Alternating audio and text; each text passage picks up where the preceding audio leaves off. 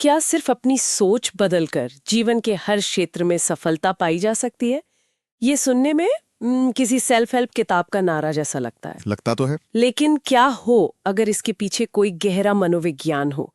आज हम Carol Dweck की मशहूर किताब mindset the new psychology of success से मिले विचारों पर एक गहरी चर्चा करने वाले हैं। बिल्कुल, आज का हमारा मकसद है दो तरह की सोच को समझना। एक वो जो हमें आप कह सकती हैं बांध कर रखती है, और दूसरी जो हमें आगे बढ़ने की पूरी आजादी देती है।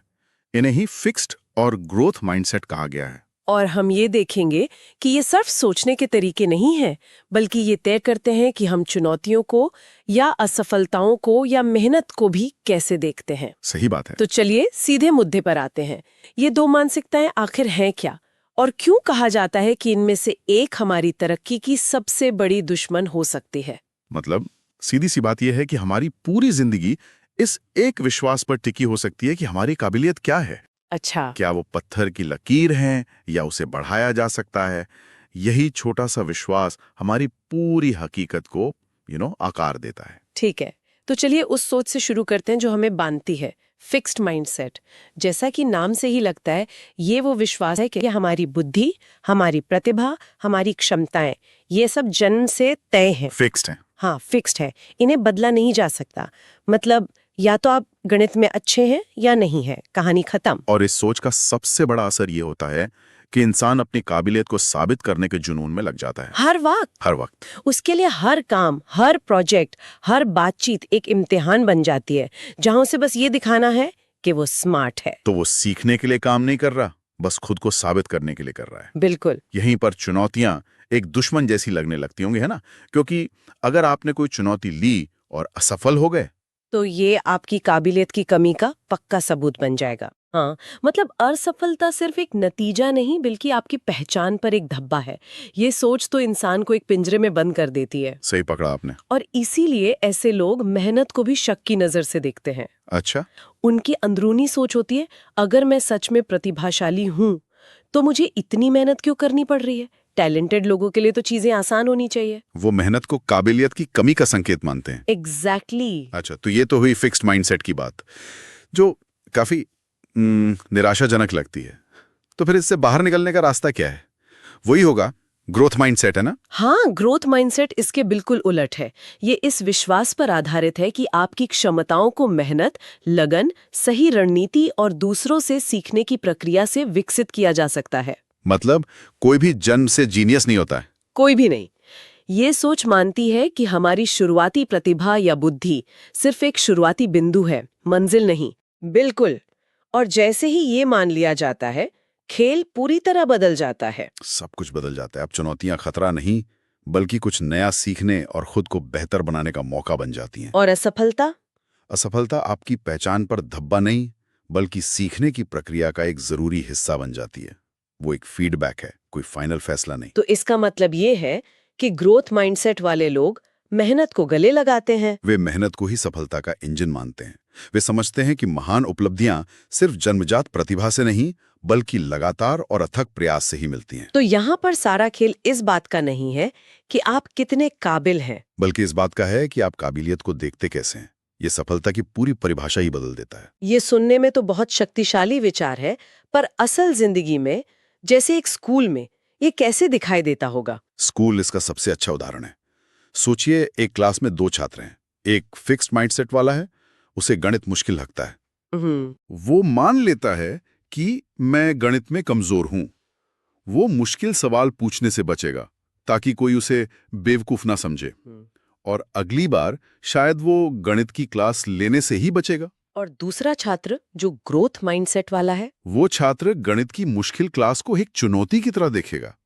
वो सोचेगा, ये मुश्किल है, मतलब मुझे यहाँ कुछ नया सीखने को मिलेगा। अच्छा। अगर उसके नंबर कम आते हैं तो वो ये नहीं सोचेगा कि मैं बेवकूफ हूं, बल्कि ये सोचेगा कि शायद मुझे और मेहनत करने की या अलग तरीके से पढ़ने की जरूरत है। तो उसके लिए खराब ग्रेड कहानी का अंत नहीं है। बिल्कुल नहीं, वो बस एक सिग्नल है कि रास्ता बदलो। स्कूल में ये डर तो समझ आता है, लेकिन यही डर जब बड़े होकर खेल की दुनिया में पहुंचता है तो इसके नतीजे तो बहुत बड़े हो सकते हैं, जहां हार जीत रोज की बात है। आपने बिल्कुल सही नस पकड़ी है। खेल की दुनिया में मानसिकता का असर शीशे की तरह साफ दिखता है। फिक्स्ड माइंडसेट वाले एथलीट अक्सर अपनी प्राकृतिक प्रतिभा पर बहुत निर्भर करते हैं। अच्छा। इसका एक क्लासिक उदाहरण टेनिस स्टार जॉन मैकेनरो है। हाँ, वो तो अपने गुस्से के लिए बहुत मशहूर थे। वो गुस्सा उनकी फिक्स्ड माइंडसेट से आता था। हारने पर वे हमेशा बाहरी कारणों को दोष देते थे। खराब अंपायरिंग, खराब किस्मत, दर्शक। कभी खुद की कमी नहीं मानते थे। कभी नहीं। वो कभी ये नहीं सोचते थे कि मुझे अपनी कमी पर काम करना है। हार उनकी जीनियस होने की पहचान पर सीधा हमला थी। लेकिन एक मिनट, जॉन मैकेनरो जैसे खिलाड़ी अपनी प्रतिभा के दम पर ही तो इतने महान बने। क्या ये मानसिकता वाकई इतनी ज्यादा मायने रखती है अगर किसी के पास बेजोड़ टैलेंट हो? ये बहुत अच्छा सवाल है। प्रतिभा आपको एक स्तर तक ले जा सकती है, लेकिन महानता और लंबे समय तक टिके रहने के लिए ग्रोथ माइंडसेट चाहिए। इसका सबसे बेहतरीन उदाहरण माइकल जॉर्डन है। ये बात बहुत मशहूर है कि उन्हें हाई स्कूल की बास्केटबॉल टीम से निकाल दिया गया था। हाँ, मैंने सुना है। फिक्स्ड माइंडसेट वाला कोई भी इंसान शायद वहीं हार मान लेता।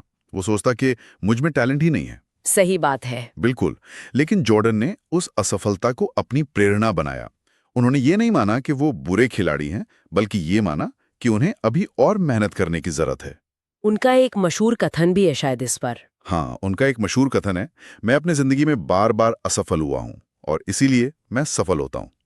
इसी तरह कोबी ब्रायंट अपनी अविश्वसनीय मेहनत के लिए जाने जाते थे। ये तो हुई मैदान की बात, लेकिन बिजनेस की दुनिया में जहां करोड़ों का सवाल होता है, वहां एक लीडर की मानसिकता पूरी कंपनी को कैसे बना या बिगाड़ सकती है। इसको असर बहुत गहरा होता है। फिक्स्ड माइंडसेट वाले लीडर अक्सर एक जीनियस की तरह दिखना चाहते हैं। वे जोखिम से बचते हैं, अपनी गलतियां नहीं मानते और शायद सिर्फ उन्हीं लोगों को काम पर रखते हैं जो पहले से स्टार हों। बिल्कुल। इसका एक खतरनाक उदाहरण एनरॉन कंपनी है। वहां एक ऐसी संस्कृति थी जहां सिर्फ सबसे स्मार्ट होने पर जोर दिया जाता था। मतलब वहां गलतियों की कोई गुंजाइश नहीं थी। कोई गुंजाइश नहीं। गलतियों को छिपाया जाता था और असफलता को बर्दाश्त नहीं किया जाता था। इस जहरीले माहौल ने लोगों को अनैतिक रास्ते अपनाने पर मजबूर किया और आखिरकार कंपनी ही ढह गई। तो फिर इसका ग्रोथ माइंडसेट वाला उदाहरण क्या होगा? इसका सबसे अच्छा आधुनिक उदाहरण माइक्रोसॉफ्ट के सीईओ सत्या नडेला हैं। जब उन्होंने कंपनी की कमान संभाली तो माइक्रोसॉफ्ट एक बड़ी लेकिन धीमी कंपनी बन चुकी थी। हाँ, उस समय वो थोड़ी पिछड़ रही थी। नडेला ने देखा कि कंपनी की संस्कृति सब कुछ जानने वाली हो रही है, मतलब नो इट ऑल। उन्होंने इसे बदलकर सब कुछ सीखने यानी लर्न इट ऑल की संस्कृति पर जोर दिया। सब कुछ जानने से सब कुछ सीखने तक, ये सुनने में तो छोटा सा बदलाव लगता है, पर इसका असल में मतलब क्या था? इसका मतलब था कि अब मैनेजर्स को अपने पास सारे जवाब रखने की जरूरत नहीं थी, बल्कि सही सवाल पूछने की जरूरत थी। अच्छा। कर्मचारियों को नए आइडियाज के साथ प्रयोग करने और यहां तक कि असफल होने के लिए भी प्रोत्साहित किया गया। असफलता को सीखने की लागत के रूप में देखा जाने लगा। और इस एक बदलाव ने माइक्रोसॉफ्ट में इनोवेशन को एक नई जान दे दी। बिल्कुल। और कंपनी फिर से टेक्नोलॉजी की दुनिया में सबसे आगे आ गई। ने सब तो प्रोफेशनल दुनिया की बातें हुई, पर मुझे लगता है इसका असर हमारी निजी जिंदगी, हमारे रिश्तों पर भी तो पड़ता होगा, है ना? निश्चित रूप से। फिक्स्ड माइंडसेट वाले लोग अक्सर यह मानते हैं कि रिश्ते किस्मत से बनते हैं या मेड इन हेवन होते हैं। अगर सब कुछ आसानी से चल रहा है तो मतलब वो सही इंसान के साथ हैं। लेकिन जैसे ही कोई टकराव या मुश्किल आती है, वैसे रिश्ते की नाकामी का बड़ा संकेत मान लेते हैं। उन्हें लगता होगा कि अगर रिश्ता सच्चा है तो उसमें मेहनत क्यों करनी पड़ेगी? ठीक, यही सोच होती है। वे मुश्किल बातचीत से बचते हैं। वहीं ग्रोथ माइंडसेट वाले लोग समझते हैं कि कोई भी रिश्ता परफेक्ट नहीं होता। उसे बनाना पड़ता है। उसे बनाना पड़ता है। रिश्तों को मेहनत, संवाद और आपसी समझ से बेहतर बनाया जा सकता है। वे टकराव को एक दूसरे को बेहतर ढंग से समझने का एक मौका मानते हैं। तो वे जानते हैं कि एक मजबूत रिश्ता बनाने में प्रयास लगता है, ये कोई लॉटरी नहीं है। सही बात। हमने बार बार असफलता की बात की। इन दोनों सोच में असफलता को देखने का नजरिया इतना अलग क्यों है?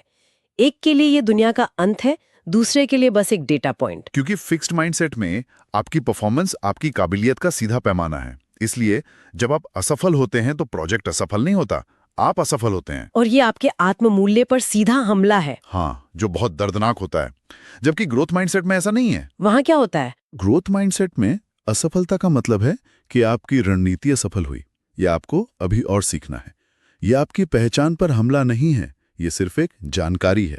जैसे थॉमस एडिसन का मशहूर किस्सा है, जब वे लाइट बल्ब बनाने में हजारों बार नाकाम हुए। हाँ, तो किसी ने उनसे पूछा कि क्या उन्हें असफल होने पर बुरा नहीं लगता। और उन्होंने कहा था, मैं असफल नहीं हुआ हूं, मैंने बस 10,000 ऐसे तरीके खोजे हैं जो काम नहीं करेंगे। ये ग्रोथ माइंडसेट का सबसे सटीक उदाहरण है। और एक और शक्तिशाली उदाहरण स्टीव जॉब्स का है।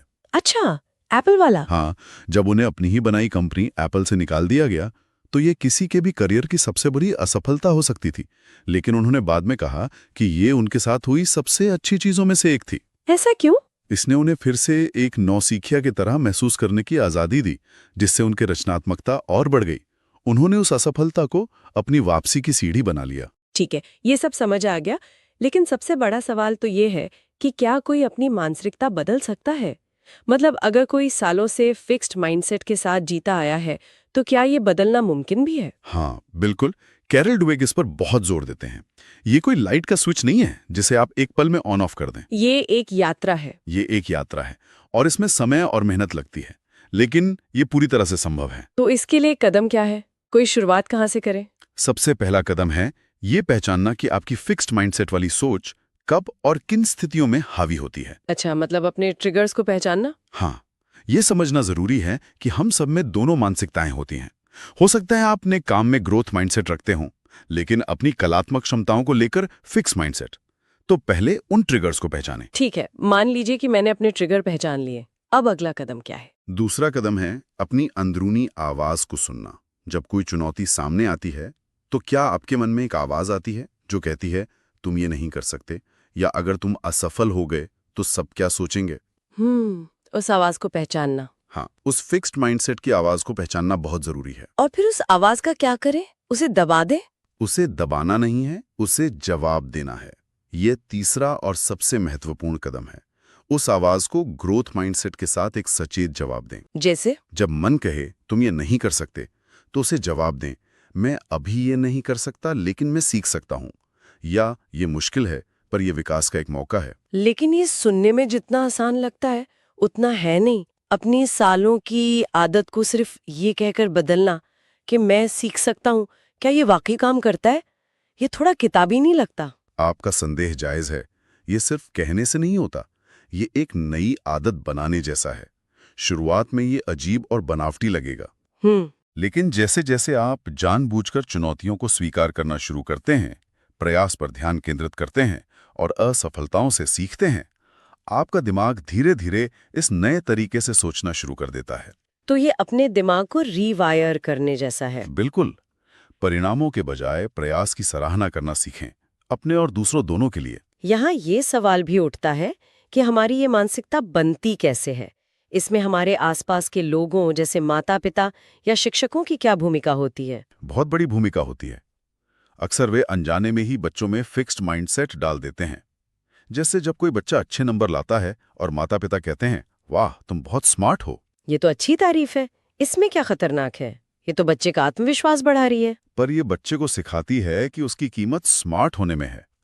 अब वो बच्चा ऐसी कोई भी चुनौती लेने से डरेगा जिसमें उसके स्मार्ट न दिखने का खतरा हो। अच्छा, तो वो कोशिश करने से ज्यादा अपनी स्मार्ट की इमेज बचाने पर ध्यान देगा। सही। तो इसकी जगह क्या कहना चाहिए? इसके बजाय अगर कहा जाए, वाह तुमने इसके लिए बहुत मेहनत की थी, या तुमने जिस तरह से इस मुश्किल सवाल को हल करने की कोशिश की वो शानदार था, तो ये तारीफ प्रयास और प्रक्रिया पर केंद्रित होती है। इससे बच्चे में ग्रोथ माइंडसेट विकसित होता है। हाँ, वो समझता है कि सफलता मेहनत और लगन से मिलती है, सिर्फ जन्मजात प्रतिभा से नहीं। तो कुल मिलाकर ये एक बहुत शक्तिशाली और उम्मीद भरा विचार है। ये हमें बताता है कि हमारी सफलता या असफलता पत्थर की लकीर नहीं है। बिल्कुल, इस पूरी चर्चा का सार यही है। सफलता जन्मजात प्रतिभा के बारे में उतनी नहीं है जितनी कि सीखने और विकास में विश्वास रखने और लगातार मेहनत करने की इच्छा के बारे में है। फिक्स्ड माइंडसेट हमें एक अदृश्य पिंजरे में कैद कर देता है, हमारी क्षमता को सीमित कर देता है, जबकि ग्रोथ माइंडसेट हमें लगातार सीखने, बढ़ने और अपनी पूरी क्षमता तक पहुंचने की शक्ति और आजादी देता है। वाकई ये हमें हमारी कहानी का लेखक बनने की ताकत देता है। और इस गहरी बातचीत को समाप्त करने के लिए मैं सोचने के लिए एक अंतिम सवाल के साथ छोड़ना चाहूंगी। जरूर। अगर हमारी मानसिकता सच में हमारी हकीकत को इतना गहराई से आकार देती है, तो किसी की भी क्षमताओं के बारे में वो कौन सा एक विश्वास हो सकता है जो उसे सबसे ज्यादा रोके हुए हैं, और क्या होगा अगर उस विश्वास पर सवाल उठाना शुरू कर दिया जाए।